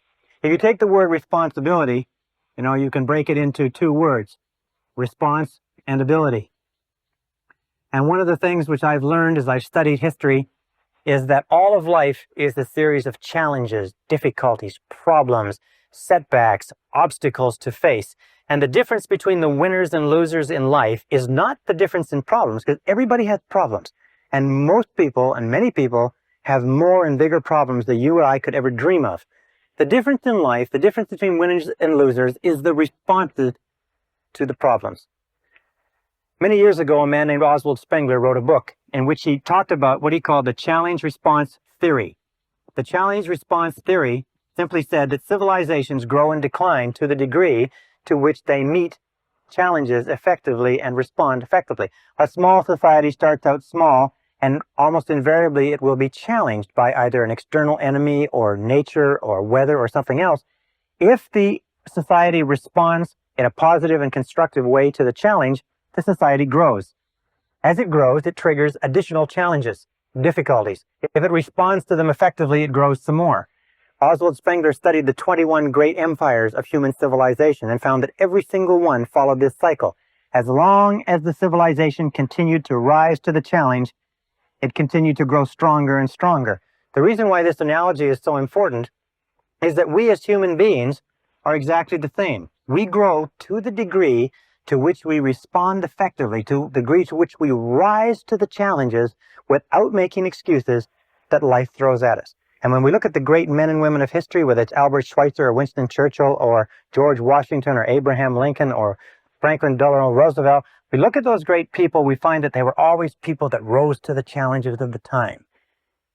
If ever you wish to be capable of rising to great challenges, what you have to do is you have to start off on a daily basis rising to small challenges, which means no matter what happens, you accept the challenge, you accept the responsibility, you refuse to make excuses, and you go forward. Now, there's three areas in life, in our modern life, which you must be very, very aware of. The first area is the political area. If you look around you, you will find that there is a great drive toward the government doing it, the government being responsible. Make the government responsible. What people are doing is they want the government to be their parent. They want the government to protect them and take care of them. But as the more you vote for politicians to do things for you, the more you give politicians control. You see, you can never give away responsibility. You can only give away control.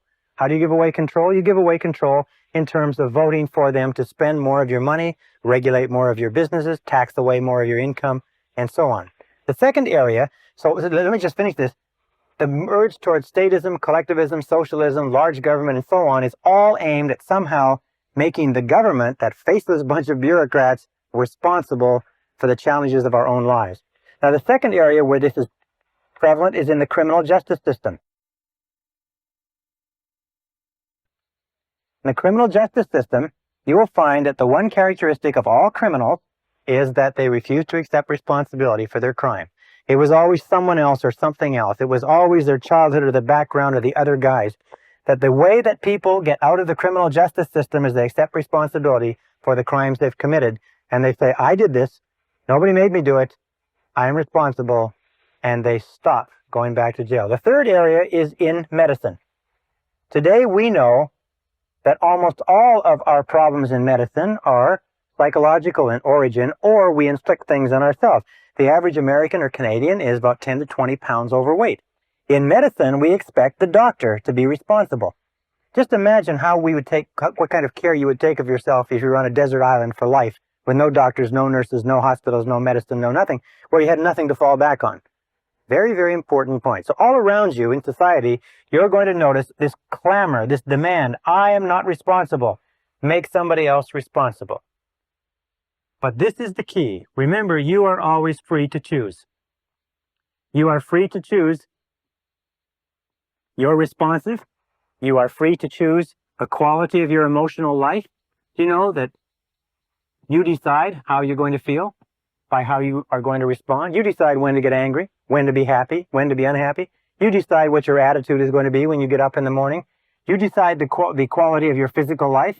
You're the one who decides what you eat, what you drink, what you don't eat and drink. You determine the quality of your financial life. You're the one who determines the quality and quantity of the work that you contribute. In every case, you're free to choose what you want. If you want things to be different, the starting point is to accept full, unqualified responsibility for your life. I first discovered this whole concept of responsibility when I was 21 years old. I was living in a little apartment. I was working on a construction job. It was 35 degrees below zero outside. I didn't have a car. I didn't have any money in the bank. My clothes were old. I had failed out of high school. And I looked around me in that cold winter in that little apartment with no future and not much of a past. And I said to myself, if ever I want anything to change, it's up to me. That's the time where I really got scared. It suddenly hit me right between the eyes that if I wanted my life to be different, it was up to me to make my life different. And if I can get only one point across to you in this simple segment, this little segment is that the starting point of flying to the stars, the starting point of taking complete charge of your life, the starting point of great success and great achievement is to accept complete, unconditional responsibility. If it's to be, it's up to me. If it's to be, it's up to you.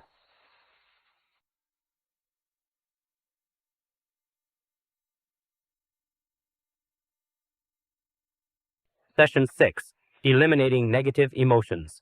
Continuing on the subject of responsibility versus irresponsibility, many years ago, back in 1972, I began a study in an area of metaphysics that dealt with the psychology of the evolution of human potential. And one of the things that leaped out of those pages at me, and I've never really have recovered from it, was the discussion of the connecting link between irresponsibility and negative emotions. And the fact that negative emotions are the great blocking emotions or crippling emotions of your life and my life.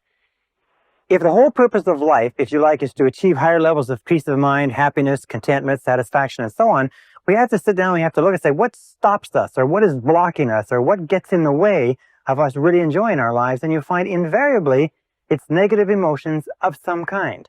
Now, I'm not talking about the negative emotions that are associated with someone dying or with a great loss. I'm talking about the negative emotions that we experience on a day-to-day basis that rob us of peace of mind, rob us of health and energy, affect our loving relationships, get in the way of our financial independence, rob us of a feeling of fulfillment, and so on. So we're going to talk in this session about eliminating negative emotions, and I want to bring us back to this whole discussion of responsibility. This is one of the most important things that I've ever found in my life. It's simply this, is that if we take a graph or chart, and come with me for a second and let's chart this, and we take from the highest to the lowest, and up here we have a totally responsible person. This is a person who is completely self-assured, completely self-responsible, makes no excuses at all. And down here at the other end, we have an irresponsible person, a person who makes excuses for everything. Now, this is the positive end of the scale. This is the negative end of the scale. Every one of us, you and I, are somewhere on this scale moving up or down with every decision that we take. Now, we found, and this is what got to me, and I said a little bit earlier, that there's a one-to-one relationship between how much you feel you are in control of your own life and how positive or how happy you are. Well, there's a one-to-one relationship between the amount of responsibility you accept and the amount of control you experience in your life. And there's a one-to-one relationship between the amount of responsibility and control you accept and the amount of freedom that you feel that you have. Freedom is the indispensable requirement for happiness. That true success, true happiness in life means being free to live your life your own way as you decide, without anybody else telling you what to do. Living your life as a bird, free as the birds, to do whatever you want. Well, there's a direct relationship between responsibility, control, and freedom, and there's a direct relationship between these three and positive emotions. Now, positive emotions are the great emotions. Positive emotions are those of happiness and love and joy and vitality and energy and exuberance and enthusiasm and excitement and so on. Now, down at the other end, however, we have an attitude of irresponsibility. And what does that lead to? This is what shocked me so much when I first learned it. It leads to a lack of control. Is that to the degree to which we are irresponsible, we lose control. Our inner selves disintegrate and fragment. It also leads to a lack of freedom because we no longer see ourselves as free agents choosing the direction of our own lives. We see ourselves as pawns, as victims, if you like, of external forces. And a lack of control and freedom leads to negative emotions. When I first began to understand this, I thought, well, yeah, but what about my parents? And what about my childhood? And what about my condition? I didn't have a very good job. And what about my friends? I had crummy friends. And what about my health? And what about the weather? And what about the economy? When I began to realize this, I began to realize that you can put all that aside. If your highest aim, your highest goal is positive emotions of happiness, joy, freedom, enthusiasm, and so on, then you have to stop making excuses. Now, Carl Menninger, the great psychoanalyst, said a very interesting thing some years ago. He said that physical ailments are all different, caused by different bacteria, different viruses, and so on. He said, but mental illness is the same illness, simply spread along a spectrum from the least to the worst. And Thomas Szasz, the psychiatrist, said in his book, The Myth of Mental Illness, that there is no such thing as mental illness. There are merely varying degrees of irresponsibility. So when we say that an irresponsible person is not only negative, we say an irresponsible person is also mentally ill. A totally responsible person is mentally healthy. How does this affect you? Well, I know you want to advance as much as you can in life, or you wouldn't be going through the efforts of taking a program like this. There is a direct relationship between the amount of responsibility you accept for the results of your organization and the amount of power, influence, position, prestige, and status you will have in your work now and in the future. At the top of the graph of responsibility, we have people who accept total responsibility, and power and opportunity gravitates toward them. Down at the other end, we have no power or powerlessness, until you reach the extreme example of a person who's totally irresponsible, completely out of control, who has to be constrained in a straitjacket and locked up in a padded room for their own safety and for the safety of others. Completely powerless, completely without control or freedom. Now, every time we make a decision to be self-responsible, we move up on this graph. Every time we make a decision to make excuses, we move down in this graph. So let's take it a little bit further, and let's talk about the relationship between negative emotions and irresponsibility so that you understand it perfectly clearly. And a perfect example is this. Imagine here is a tree. All right? Here's a tree, and here is the bushes. This is what is called the negative emotion tree. In the negative emotion tree grows the predominant negative emotions: fear, doubt. Many people have considered that self-doubt is the most destructive of all negative emotion, holds you back more than you can imagine. Also, hate is a negative emotion. Then there's envy, there's resentment, and then, of course, there's resentment's sister, guilt. These are all the big negative emotions. These are the ones that have led to Hit Parade for years. There's about 54 different negative emotions, but these are the top ones. And if you take these negative emotions and you boil them all down, and you can put in your own favorite, by the way. Everybody has their own favorite negative emotion. Jealousy could be yours. Self-pity is a good, strong one. It's doing well. But if you boil it down, you'll find that all negative emotions eventually boil down to anger, either inwardly expressed, that is where you make yourself sick, or outwardly expressed, that is where you make other people sick. And this negative emotion tree, if we just take a look at its structure, we find the negative emotion tree has a root system. Now, the root system is where the nutrients come from that keep the negative emotion growing and keep the fruit of the negative emotion growing and blossoming. We look at the root system, we say, what are the nutrients? What keeps negative emotions going? What are the fertilizer? What is it that you heap on the fire, if you like, or put into the ground? And we find that there's two things essential to keep negative emotions alive. The first is justification.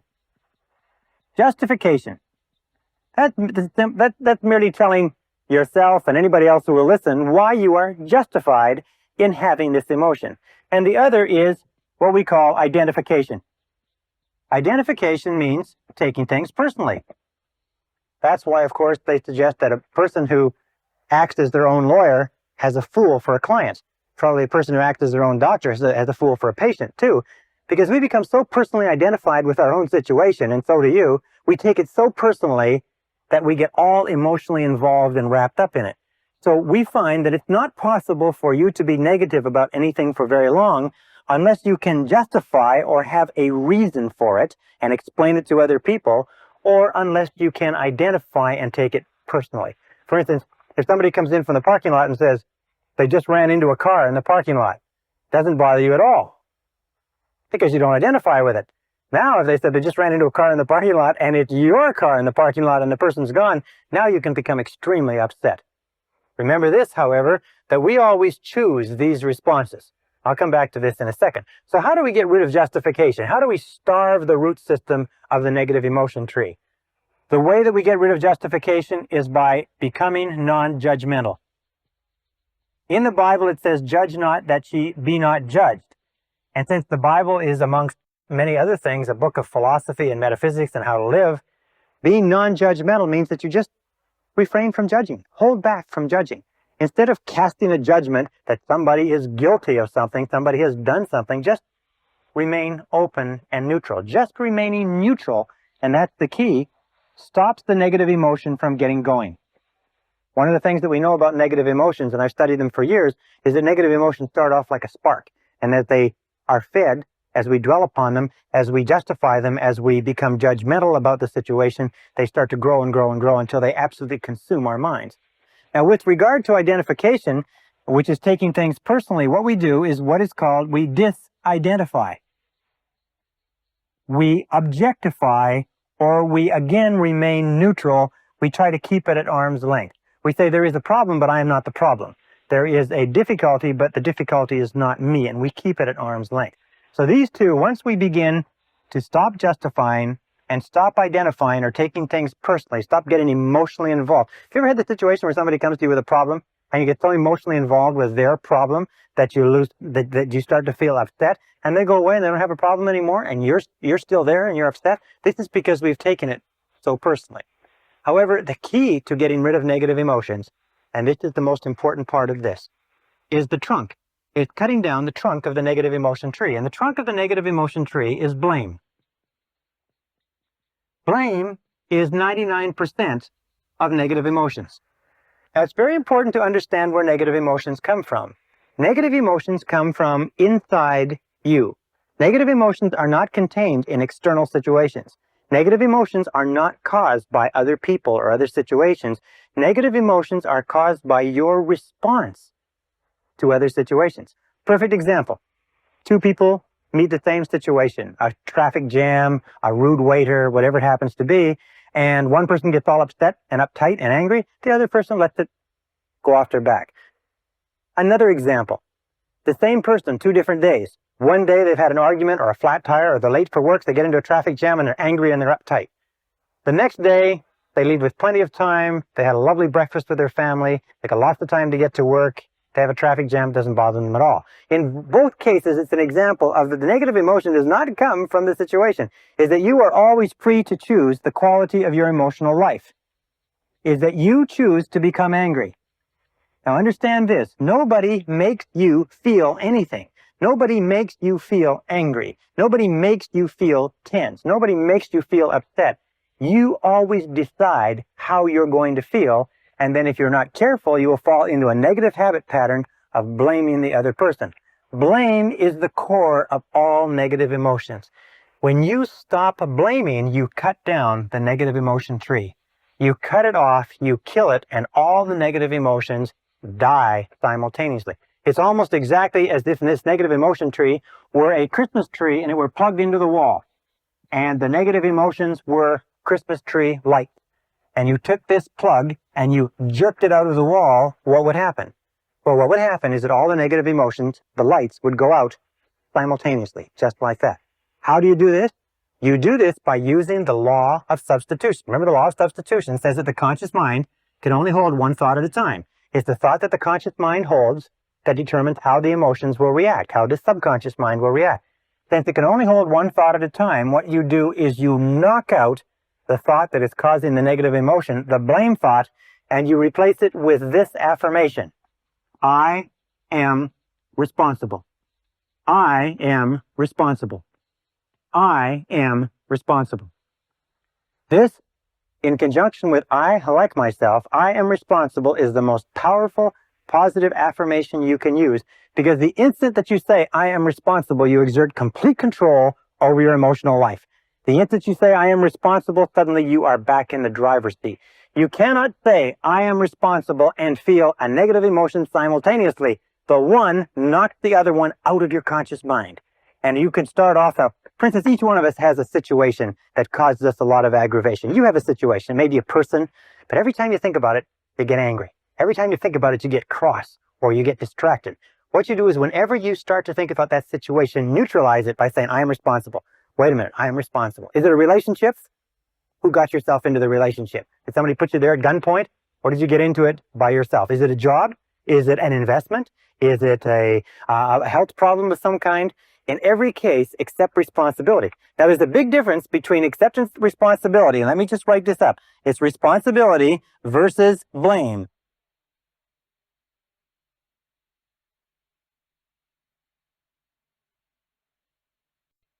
Responsibility versus blame. What is blame? Blame always looks backward toward the past. Blame looks toward the past, toward what cannot be done, toward what can't be changed. Responsibility always looks to the future. So people say, well, when you accept responsibility, isn't it the same as saying you're to blame? No. It's the same as saying that you are in charge of the quality of your thinking from this moment onward. So let us say that you come out to the parking lot and somebody's run into your car. Now you have 2 choices. You can become angry and upset and run around and scream and shout, or you can act in a responsible manner. You can do everything possible to trace the culprit. And other than that, you can live with it maturely. So responsibility always looks to the future. Responsibility always asks this question when faced with a problem. What can we do? Not who did it, but what can we do from here? Where do we go from here? What can we do? This is the question of the responsible person. We don't cry over spilt milk. We just say, all right, what's the solution? And we get on with the game. The irresponsible person always says, who did it? And is obsessed with finding out who did it and then taking whatever blame there is and apportioning it so that everybody gets their fair share of the blame, which of course does nothing to resolve the difficulty. So the key to cutting down the negative emotion tree is using the axe and eliminating blaming. The day that you begin to eliminate blaming from your life is the day that your life starts to take off. Because the day that you start to eliminate blaming and negative emotions, suddenly most of the problems, most of the things that stand between you and the happiness you desire, vanish. Why am I making such an emphasis on negative emotions? Well, let me make that clear for just a second. What I found, and this is what was staggering to me because I've always been committed to realizing my potential as a human being, is that you cannot